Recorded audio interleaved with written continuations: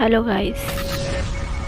सो मैंने बहुत पहले कहा था कि मैं हॉरर स्टोरीज़ जो कि रियल लाइफ इंसिडेंट जो कि मेरे साथ हुआ, मेरी फैमिली के साथ हुआ, तो मैं वो शेयर करूँगी।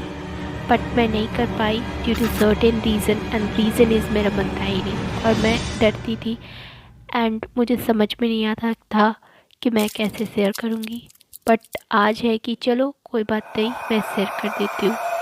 And I am not well today also guys. So मुझे अभी वैसे भी कुछ काम नहीं है, तो मैं अभी शेयर कर देती हूँ। सो पहले मैं हॉरर जो है अपने भाई का शेयर करती हूँ।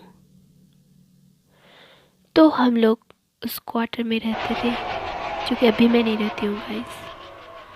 तो हम लोग उस क्वार्टर में रहते थे। समर का टाइम था, तो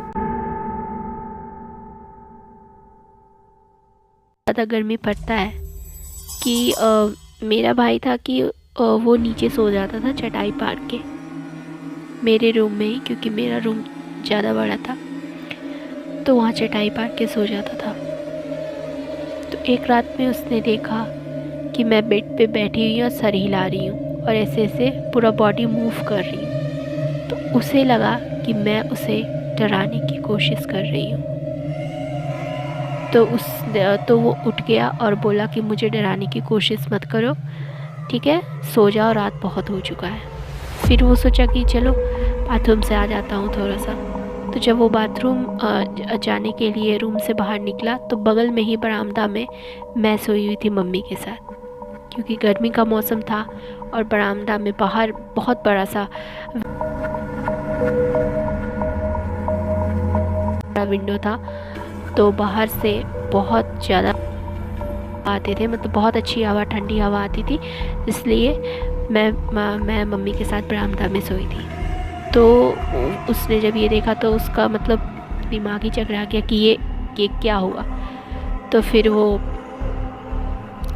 वापस गया रूम, उसने लाइट ऑन की, बट वहाँ कोई भी नहीं था गाइस।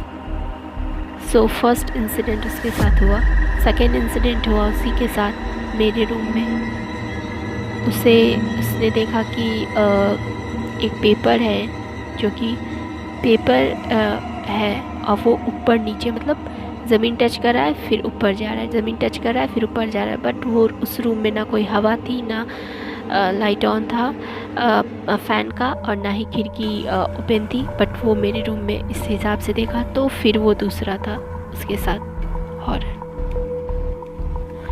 एंड बहुत सारे ऐसे हॉरर हैं। सो मैं अभी ये शॉर्ट्स डाल रही हूँ, कुछ अपने से भी रिलेटेड डालूँगी, कि एक बार कुछ अपने से भी रिलेटेड डालूँगी। मेरे साथ हुआ था कि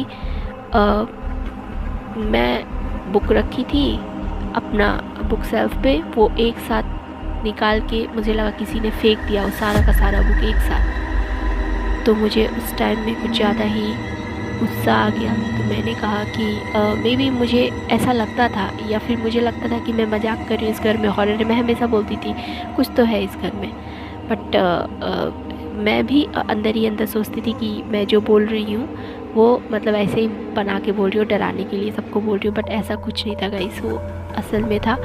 एंड मेरे सारे बुक को उठा के उसने फेंक दिया था। तो पूरे बुक को नहीं, मतलब एक साथ जो एक रैक में होता है वो रैक का पूरा फेंक दिया। तो उस टाइम मैं बहुत ही ज़्यादा गुस्सा हो गई थी गाइस। तो मैंने कहा था कि आज के बाद अगर तुमने मेरे बुक को टच किया, मे बी मैं ऐसे ही बोली, आज के बाद तुमने मेरे बुक को टच किया तो मैं तुम्हें यहाँ से किसी भी कीमत पे भगा दूँगी। मतलब इस एक होता है मुँह से वॉइस निकल जाना, उससे मैं फिर मैंने बुक को, क्योंकि रात का टाइम था और मेरा बोर्ड चल रहा था, बोर्ड का एग्ज़ाम चल रहा था, और मैं पढ़ के बुक को मतलब अच्छे से रखी थी। ऐसा नहीं था कि एक के बुक के ऊपर, उस हिसाब से नहीं था। मे बी मैं लेट नाइट जगी थी उस चीज़ के लिए, कुछ भी था।